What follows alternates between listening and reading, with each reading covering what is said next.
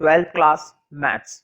तो देखो चैप्टर चल रहा है 13 और इसमें हम कर रहे हैं एक्सरसाइज 13.3 और 13.3 के अंदर हम कौन सा टॉपिक कर रहे हैं, Bayes theorem. I think question number 9 तक हमने कर लिए हैं बेस थ्योरम के। अब समय आ चुका है कि हम क्वेश्चन नंबर 10 करें बेस थ्योरम का। तो देखते हैं क्या है इस क्वेश्चन में। इस क्वेश्चन को थोड़ा ध्यान से समझना। अगर तुम्हें इवेंट समझ में आ गए तो समझो ये क्वेश्चन खत्म है फिर, और अगर तुम्हें इवेंट समझ में नहीं आए तो ये क्वेश्चन वाकई में खत्म है फिर, मतलब कि गलत।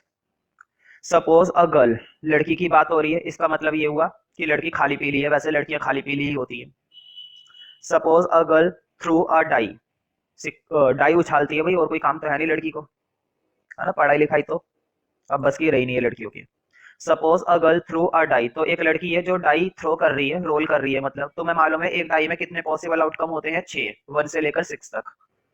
इफ शी गेट्स 5 और 6, बोर्ड पे देखो, उसने एक डाई थ्रो किया, क्या थ्रो किया, एक डाई, और उसने कहा इफ शी गेट्स अ 5 और 6, अगर उसको 5 और 6 मिला, है ना भाई, या तो 5 आया या फिर क्या आया, 6 आया, कुछ भी आ सकता है ना, एक आ सकता है, दो आ सकता है, 3 आ सकता है, 5 आ सकता है, कुछ भी आ सकता है, लेकिन उसने बात सिर्फ किसकी करी है, 5 और 6 की। उसने कहा इफ शी गेट्स 5 और 6, यदि उसको 5 और 6 मिला, शी टॉसेस अ कॉइन, तो वो क्या करेगी, मानेगी नहीं। देखो लड़की मानने वालों में से नहीं होती, तो वो क्या करने वाली है, ऐसा कुछ नहीं करने वाली, बहुत बड़ा है ना, छोटा मोटा ही करेगी, जो भी करेगी, लड़की है, ज्यादा कुछ बस की है भी नहीं। तो वो क्या करेगी, उसने कहा कि अगर उसको 5 और 6 मिला, शी टॉसेस अ कॉइन, तो वो क्या टॉस करेगी, वो एक कॉइन टॉस करेगी, बहुत ही बढ़िया। और वो भी कितनी बार टॉस करेगी, 3 बार। एक कॉइन कितनी बार टॉस करेगी, 3 बार टॉस करेगी। देखो क्या लिखा हुआ है, यहां तक की स्टेटमेंट क्लियर हुई ना। मैं इस स्टेटमेंट को सिंबल में लिख रहा हूं, तुम लोग चाहो तो तुम भी लिख सकते हो। देखो एक लड़की के पास क्या था, एक डाई था, उसने कहा अगर डाई को थ्रो करने पर 5 और 6 मिला, तो 5 और 6 मिलते के साथ ही मैं एक कॉइन को कितनी बार टॉस करूंगी, 3 बार। 3 बार समझते हो ना, देखो 3 उंगलियां है, 3 बार टॉस करूंगी। अब आगे देखते हैं। And notes the number of head, और किस पर ध्यान दूंगी, हेड पर। किस चीज को नोट करके रख लूंगी, हेड को, कि कितनी बार हेड आया। किसके लिए काम करना है, हेड के लिए काम करना है। अब आगे देखते हैं। इफ शी गेट 1 2 3 और 4, सही बात है भाई। देखो उसने कहा था कि अगर 5 और 6 मिला तो मैं ये करूंगी, लेकिन क्वेश्चन ये कि अगर बाकी के नंबर आए तो क्या करेगी। देखो मानने वालों में से नहीं है ये, फिर से इसने तब भी बताया कि मैं अगर 1 2 3 4 आया तो क्या करूंगी, तो देखो तो ये करेगी। अब ये अगर इसको मिलता है 1 2 3 और 4, तो ये क्या करने वाली है, फिर से मैं वही बोलूंगा, इतना बड़ा कुछ नहीं करने वाली भाई, लड़की है, बस की तो कुछ होता नहीं है इनके, है ना। लड़कियां बातें बनाने के अलावा कुछ और नहीं कर सकती। तो देखते हैं अगर 1 2 3 4 आया तो ये क्या करेंगी। इफ शी गेट्स 1 2 3 और 4, she tosses a coin once, इस बार ये कॉइन टॉस करेगी, और कितनी बार टॉस करेगी, सिर्फ एक बार। कितनी बार टॉस करेगी, सिर्फ एक बार टॉस करेगी। थक गई बेचारी, पहले 3 बार करा था ना, इस बार थक गई, मैं तो मर जाए। आगे देखते हैं। वेदर अ हेड और टेल इज ऑब्टेन्ड, चाहे हेड आए चाहे टेल आए, ठीक है। अब आगे देखते हैं। If she obtained exactly one head, इस पर अंडरलाइन कर लो, उसने टॉसिंग करी होगी और उसको क्या मिला, उसको हेड मिला, और वो भी क्या मिला, exactly one head, underline that particular word, exactly one. उसको क्या मिला, एग्जैक्टली वन हेड मिला। मैंने तुम्हें बताया ना बेस थ्योरम के अंदर एक चीज का खेल होता है पूरा का पूरा, किस चीज का खेल होता है, ए का। अगर तुमने ए पहचान लिया, क्वेश्चन निबट गया, समझो 50% निबट गया, और अगर नहीं पहचाना तो क्वेश्चन 100% निबट गया, मतलब कि गलत हो गया पूरा का पूरा। तो सारा खेल है ए का। देखो if she obtained exactly one head, उसे एग्जैक्टली क्या मिला, एक हेड मिल गया। मैंने बताया था ना ए को पहचानने का तरीका क्या होता है, एकदम से होने वाला इवेंट या एकदम से रिजल्टिंग इवेंट। क्वेश्चन ने हमें डिटेल बता दी, if she obtained exactly one head, ए क्या हो गया, उसको एग्जैक्टली वन हेड मिला है। What is the probability that she threw 1 2 3 और 4 विद द डाई, क्या प्रोबेबिलिटी है कि उसने जो थ्रू करा था, थ्रू करने में 1 2 3 4 आया था। अब बोर्ड पे देखो जरा, क्वेश्चन को समझते हैं पहले। क्वेश्चन के अंदर टोटल कितने इवेंट हो रहे हैं, 4 इवेंट। बोर्ड पे देखो, या तो उसको 5 और 6 मिलेगा, है ना भाई, जब उसने डाई रोल करा तो डाई रोल करने पर या तो उसको क्या मिलेगा, 5 और 6 मिलेगा। इसको मैं कह रहा हूं इवेंट नंबर 1, क्लियर। अगर उसने डाई रोल करा या फिर उसको क्या मिलेगा, 1 2 3 और 4, क्या मिलेगा, 1 2 3 और 4, तो मैंने इसको क्या बोल दिया, इवेंट नंबर 2, ठीक है। तो लिखो लेट, लिखो लेट E1। E1 में मैंने क्या माना है, E1 में मैंने माना है कि उसके टाइप पर क्या आया, 5 और 6 आया, समझ में आ रहा है ना। उसके टाइप पर क्या आया, 5 और 6 आया। तो देखो E1 में क्या लिख रहा हूं मैं, शी गेट्स 5 और 6, शी गेट्स 5 और 6। उसके डाइपर क्या आया, 5 और 6 आया। अब मुझे बताओ अगर डाइपर 5 और 6 आया है, डाइपर 5 और 6 आया है, तो वो क्या करने वाली है, वो कॉइन को टॉस करने वाली है, और वो भी कितनी बार टॉस करने वाली है, 3 बार। कॉइन को टॉस करने वाली है और वो भी कितनी बार टॉस करने वाली है, 3 बार। ठीक है, तो नीचे लिखो।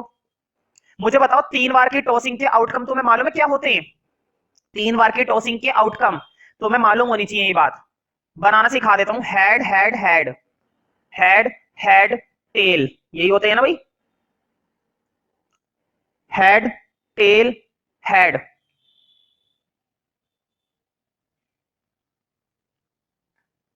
Tell head head.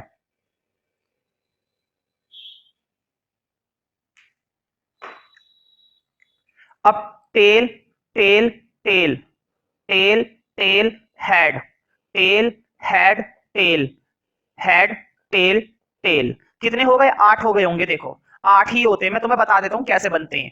3 तक में डायरेक्ट बनाए जा सकते हैं। मुझे बताओ एक कॉइन को कितनी बार टॉस करा था, 3 बार। एक कॉइन को कितनी बार टॉस किया गया था, 3 बार टॉस किया गया था। तो देखो 3 बार की जब टॉसिंग होती है ना, तो तुम बिना सीखे बना सकते हो। पहले क्या करे करो, तीनों हेड ले ले करो, हेड हेड हेड। फिर तुमने लास्ट वाले पर क्या रख दिया, टेल।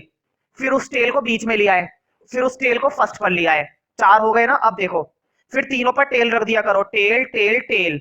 फिर लास्ट वाले पर हेड रखे करो, फिर उस हेड को बीच में लिया करो, फिर उस हेड को फर्स्ट पे लिया करो। फिर से 4 हो गए, बस 8 ही होते हैं। जब भी एक कॉइन को 3 बार टॉस किया जाता है तो ये 8 ही होते हैं। तुम लोगों ने इस काम को 11th क्लास में सीख लिया होगा, और नहीं भी सीखा है तो कोई बहुत बड़ी बात नहीं है, चीजें सीखने में जिंदगी निकल जाती है। बहुत ही सिंपल सा काम है। तुम सोच रहे होंगे मैंने क्यों बनवा दिया ये, ध्यान से सुनो।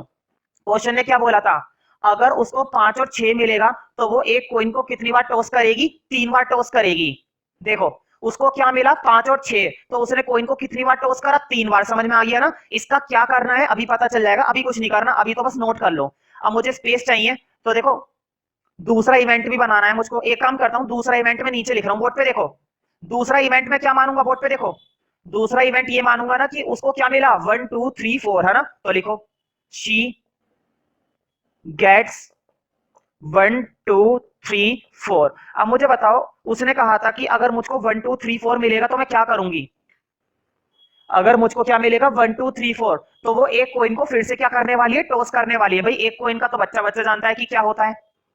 एक कॉइन का पॉसिबल आउटकम क्या क्या होता है भाई, एक कॉइन में तो यही होता है, या तो हेड या फिर टेल, यही होते हैं ना। हाथों हाथ इसको भी नीचे लिख लो। बस हमने पूरे क्वेश्चन को ये समझ लो कि 20% सॉल्व कर लिया। देखो बहुत ही सिंपल सा है, यहां तक की डिटेल तुम्हें प्रॉपर समझ में आनी चाहिए।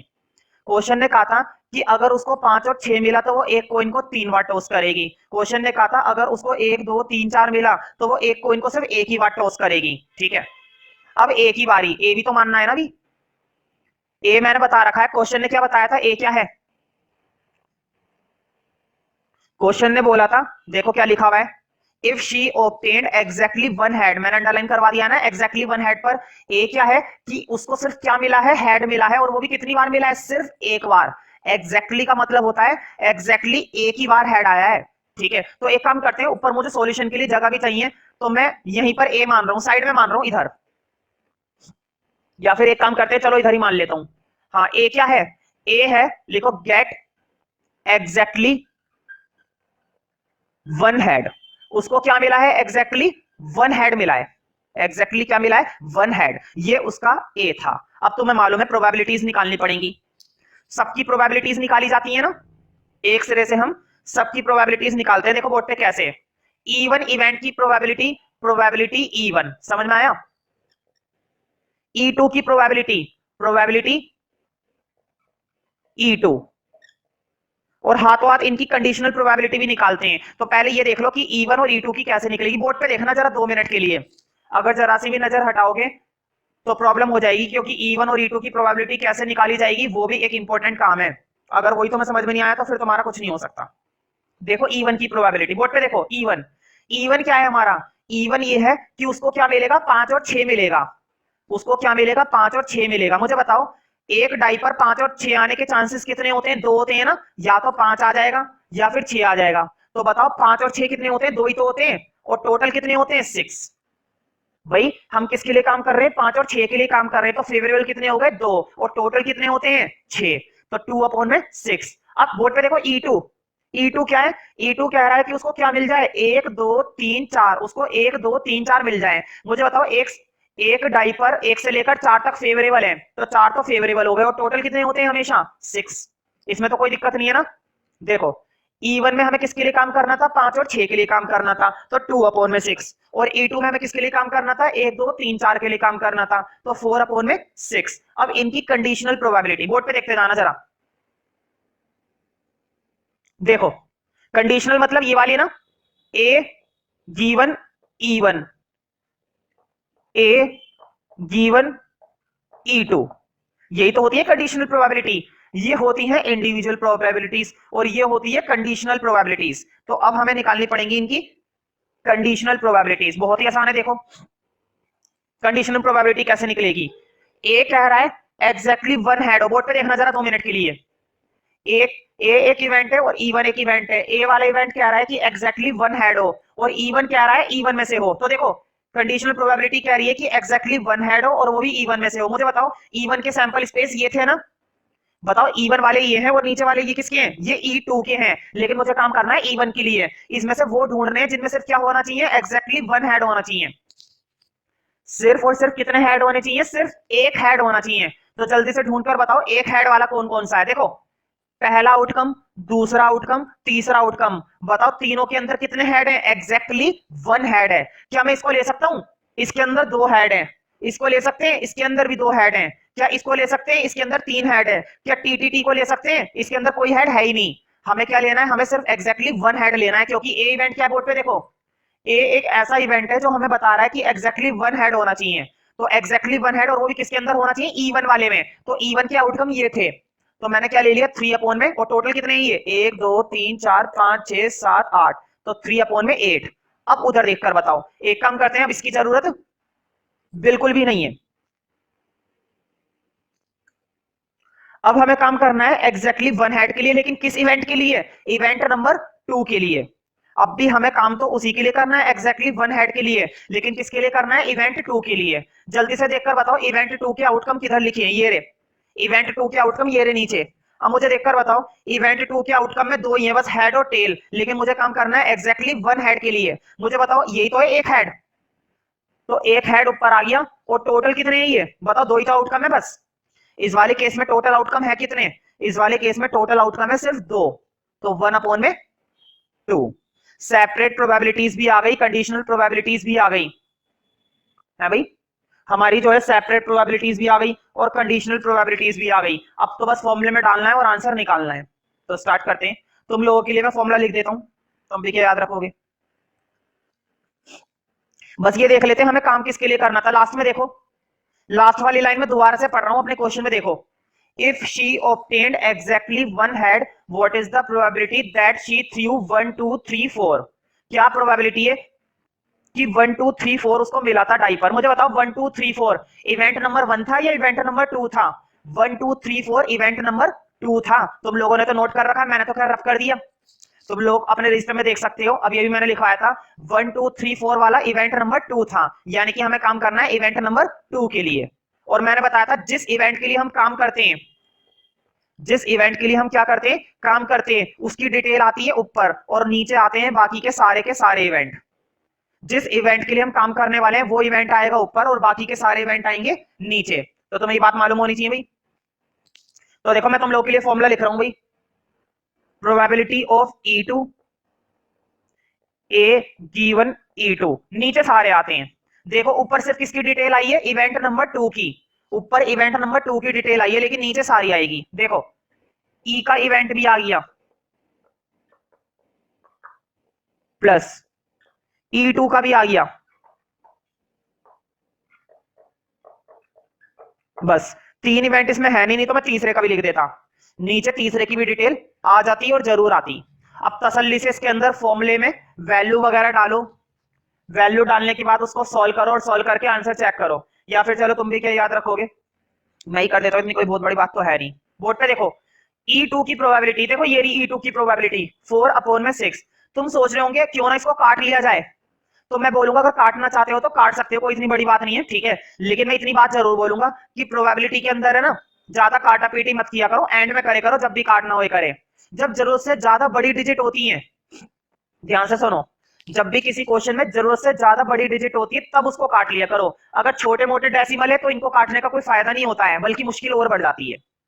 देखो E2 की प्रोबेबिलिटी तो डाल दी, अब AE2 ये रहा 1/2, या आ गया ऊपर 1/2, अब नीचे डालेंगे। देखो E1 की प्रोबेबिलिटी 2/6, AE1 की प्रोबेबिलिटी 3/8 प्लस E2 की प्रोबेबिलिटी 4/6, फिर AE2 की प्रोबेबिलिटी 1/2। अब इसको सॉल्व करते हैं। मैं फिर से वही बोलूंगा, अभी भी तुम लोग काटने के चक्कर में मत पड़ो, अभी भी काटने के चक्कर में मत पड़ो, मल्टीप्लाई करो तरीके से, एलसीएम वगैरह लो, तब देखेंगे क्या होता है, ठीक है। अगर ध्यान से करोगे तो एक ही बार में तुम्हारा आंसर आना चाहिए, अगर ईमानदारी से करते हो तो, नहीं तो फिर नहीं आएगा।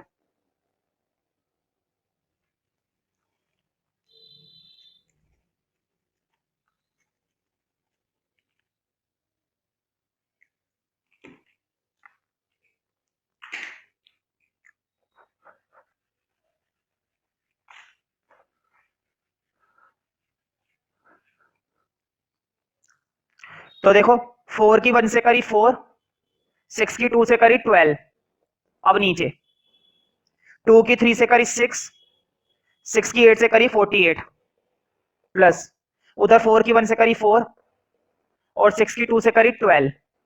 अब नीचे क्या लेना पड़ेगा तुम्हें, एलसीएम, या फिर एक काम करते हैं साइड में ले लेते हैं।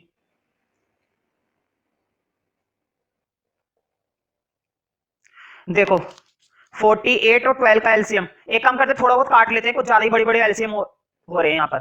देखो 6 से ये चला जाएगा, 6 8 जा 48, और 4 से ये जा रहा है 4 3 जा 12, और ये भी जा रहा है 4 3 जा 12। तो जब भी कटिंग वगैरह करे करो, काटने पीटने का काम, तो या तो क्वेश्चन के एंड में करे करो, ठीक है। और अगर कुछ ज्यादा ही बड़ी बड़ी डिजिट्स होती हैं तो पहले ही कर लिया करो, अगर छोटी डिजिट्स हैं तो कोई दिक्कत वाली बात नहीं है, खास करके प्रोबेबिलिटी के क्वेश्चन में ऐसे ही चलाते रह करो, आंसर आ जाता है सही। तो ऊपर से बचा 1/3, अब नीचे यहां से बचा है 1/8, और यहां से बचा है 1/3। अब ले लेते हैं एलसीएम। हाँ नीचे 8 और 3 का एलसीएम आएगा, 8 और 3 का एलसीएम आएगा 24।